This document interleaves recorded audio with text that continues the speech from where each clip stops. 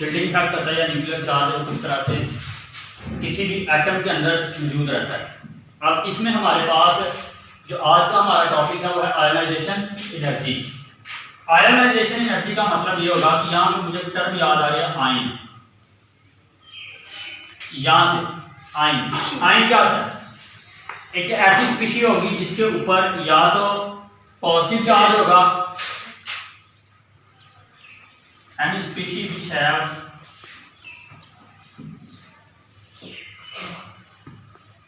Positive charge या negative charge. अब ion की कितनी टाइप्स होती हैं? दो। एक होता है कैटाइन, एक होता है एनाइन। कैटाइन वो होगा जिसके ऊपर पॉजिटिव चार्ज होगा, फॉर एग्जांपल कैल्शियम, सोडियम। और एनाइन वो होगा जिसके ऊपर नेगेटिव चार्ज होगा, for example chloride, cyanide, ETC। अच्छा, आज हमने डिस्कस करना है कि आयोनाइजेशन एनर्जी बेसिकली है क्या। सबसे पहले हमारे पास ये न्यूक्लियस है, इसे गिर्द शेल है। मैं कहता हूँ ये सोडियम का एटम है, सोडियम का एटॉमिक नंबर कितना होता है? 11। इसके पहले शेल में कितने इलेक्ट्रॉन होंगे? 2, दूसरे में 8 और तीसरे शेल में 1 इलेक्ट्रॉन होगा। तो मतलब इसके 11 इलेक्ट्रॉन पूरे, 2 और 8 10 और 1 11। अब आपको मैंने बताया था कल बात के जो नंबर ऑफ प्रोटॉन्स होते हैं वो बेसिकली नंबर ऑफ इलेक्ट्रॉन्स के बराबर होते हैं। ठीक है जी, नंबर ऑफ इलेक्ट्रॉन्स के बराबर, नंबर ऑफ प्रोटॉन्स आपके नंबर ऑफ इलेक्ट्रॉन्स के बराबर होते हैं। अब नंबर ऑफ प्रोटॉन्स इसके अंदर कंडेंस करेंगे, लेकिन जो नंबर ऑफ इलेक्ट्रॉन्स होंगे वो इन शेल्स के अंदर डिस्ट्रीब्यूट होते रहेंगे। अब आयोनाइजेशन एनर्जी इस्तेमाल कहां पे होती है? Ionization energy formation of ion. Ions की फॉर्मेशन के लिए हमें आयोनाइजेशन एनर्जी को इस्तेमाल करना पड़ता है। आयन कैसे बनते हैं? अच्छा, अब इसके बाद हमारे पास आयन की फॉर्मेशन होगी और आयोनाइजेशन एनर्जी जो बेसिकली हमारे पास है, आयन की फॉर्मेशन के बाद जो दूसरी चीज हमारे पास आएगी कि आयोनाइजेशन एनर्जी आपकी यहाँ आखिरी शेल में कितने इलेक्ट्रॉन है? 1। अब इस आखिरी जो इनर शेल्स के अंदर इलेक्ट्रॉन मौजूद हैं, अंदर वाले जो शेल्स हैं उनके अंदर जो इलेक्ट्रॉन मौजूद हैं, जो बाहर वाले शेल्स में इलेक्ट्रॉन मौजूद हैं। अब आयोनाइजेशन एनर्जी क्या करेगी? इन इलेक्ट्रॉन्स को रिमूव करवाएगी, जो आउटर शेल्स के इलेक्ट्रॉन होंगे। तो आप कह सकते हैं कि the energy formation of ion is called ionisation energy. पहली डेफिनेशन इसकी ये है कि आयन की फॉर्मेशन के लिए जो एनर्जी यूज होती है उसको हम नाम देंगे आयोनाइजेशन एनर्जी का। दूसरी डेफिनेशन ये होगी द एनर्जी इज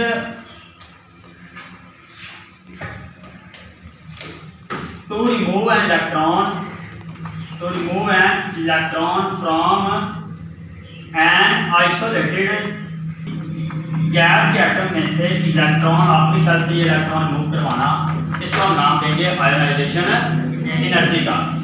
अब अगर जिस तरह ये सोडियम है, 1 इलेक्ट्रॉन वो ये फर्स्ट आयोनाइजेशन एनर्जी। अब आयोनाइजेशन एनर्जी की अमाउंट क्या आती है? ये सोडियम है, सोडियम ने इसके ऊपर पॉजिटिव चार्ज आके कैटायन बन गया प्लस इलेक्ट्रॉन। अब 1 इलेक्ट्रॉन को रिमूव करने के लिए जो एनर्जी रिक्वायर्ड होगी वो कितनी होगी? 496 किलो जूल पर मोल। मतलब 1 इलेक्ट्रॉन को रिमूव करने के लिए जो एनर्जी रिक्वायर्ड होगी वो क्या होगी? 496 किलो जूल पर मोल। अब सेकंड केस में क्या होगा? अगर 2 इलेक्ट्रॉन रिमूव करेंगे फिर हम उसको नाम देंगे सेकंड आयोनाइजेशन एनर्जी का, और अगर 3 इलेक्ट्रॉन रिमूव करेंगे तो उसको हम क्या नाम देंगे? थर्ड आयोनाइजेशन एनर्जी का। आप आसान लफ्जों में कह सकते हैं कि जो फर्स्ट आयोनाइजेशन एनर्जी है वो ग्रेटर देन है सेकंड आयोनाइजेशन एनर्जी से, और जो सेकंड आयोनाइजेशन एनर्जी है वो ग्रेटर देन है आयोनाइजेशन एनर्जी से। तो इसके बाद हमारे पास इसका जो ट्रेंड है पीरियोडिक टेबल के अंदर, ट्रेंड इसमें हमारे पास जो ट्रेंड है इसका पीरियोडिक टेबल के अंदर ट्रेंड इसका फॉलो होता है। रोकना इसको, trend in periodic table. Ionization energy है आपकी पीरियड के अंदर from left to right in a period. जब हम लेफ्ट टू राइट जाएंगे इधर से इस साइड की तरफ, जब हम लेफ्ट राइट जाएंगे तो आयनाइजेशन एनर्जी की वैल्यू क्या करेगी, इंक्रीज करेगी। आयनाइजेशन एनर्जी की वैल्यू क्या करेगी, इंक्रीज करेगी। क्यों करेगी, बिकॉज की एटॉमिक नंबर इंक्रीज करेगा, एटॉमिक नंबर इंक्रीज होगा। अब एटॉमिक नंबर इंक्रीज करने से क्या होगा, मैं एक मिसाल देता हूँ। मसलन मैं कहता हूँ मेरे पास सेकंड पीरियड का एक एलिमेंट है लिथियम, इसका एटॉमिक नंबर कितना आता है 3। अब इसके फर्स्ट शेल में 2 इलेक्ट्रॉन होंगे और जो दूसरा शेल होगा उसके अंदर 1 इलेक्ट्रॉन मौजूद होगा। अब इसी तरह मैं एक और एलिमेंट लेता हूँ, एलिमेंट है मेरे पास ऑक्सीजन, बल्कि फ्लोरीन का एटॉमिक नंबर कितना आता है 9। अब इसके पहले शेल में कितने इलेक्ट्रॉन होंगे 2 और बाकी शेल में कितने होंगे 7 इलेक्ट्रॉन इसके अंदर मौजूद होंगे। अब लेफ्ट राइट जब आप मूव करते हैं तो आयनाइजेशन एनर्जी की वैल्यू जो है एटॉमिक नंबर आपका इंक्रीज होगा। अब यहाँ पे नंबर ऑफ शेल्स की तादाद कितनी है, कम है। अब इसमें एक चीज ध्यान में रखनी है, अब इसके अंदर जो नंबर ऑफ प्रोटॉन है वो कितने हैं 2, यहाँ पे नंबर ऑफ प्रोटॉन कितने हैं 2। अब इसका एटॉमिक नंबर कितना है 9, इसका एटॉमिक नंबर कितना है 3। अब नंबर ऑफ प्रोटॉन आपके कितने हैं यहाँ पे 3, तो नंबर ऑफ इलेक्ट्रॉन कितने होंगे, नंबर ऑफ इलेक्ट्रॉन कितने होंगे 3। अब हम यह कह सकते हैं कि ये +3 है और ये -3 है। इसी तरह यहाँ पे हम कह सकते हैं कि ये +9 है और ये -9 है। अब इनके दरमियान जो फोर्स ऑफ अट्रैक्शन है उसका क्या रोल होगा, फोर्स ऑफ अट्रैक्शन कम होगी या ज्यादा होगी। अब फोर्स ऑफ अट्रैक्शन के कम या ज्यादा होने से क्या होगा, फोर्स ऑफ अट्रैक्शन जब ज्यादा होगी तो बजाय यहाँ से इलेक्ट्रॉन निकालना जिसका एटॉमिक नंबर ज्यादा है, यहाँ से इलेक्ट्रॉन निकालना ज्यादा मुश्किल होगा। इलेक्ट्रॉन निकालना मुश्किल होगा तो इस वजह से एटॉमिक नंबर आपका इंक्रीज करेगा। इलेक्ट्रॉन निकालना मुश्किल है, इस वजह से आपकी आयनाइजेशन एनर्जी पीरियड में इंक्रीज होती है। अब जब हम ग्रुप की बात करते हैं तो ग्रुप के अंदर हमारे पास आयनाइजेशन एनर्जी की जो वैल्यूज हैं वो डिक्रीज करेगी।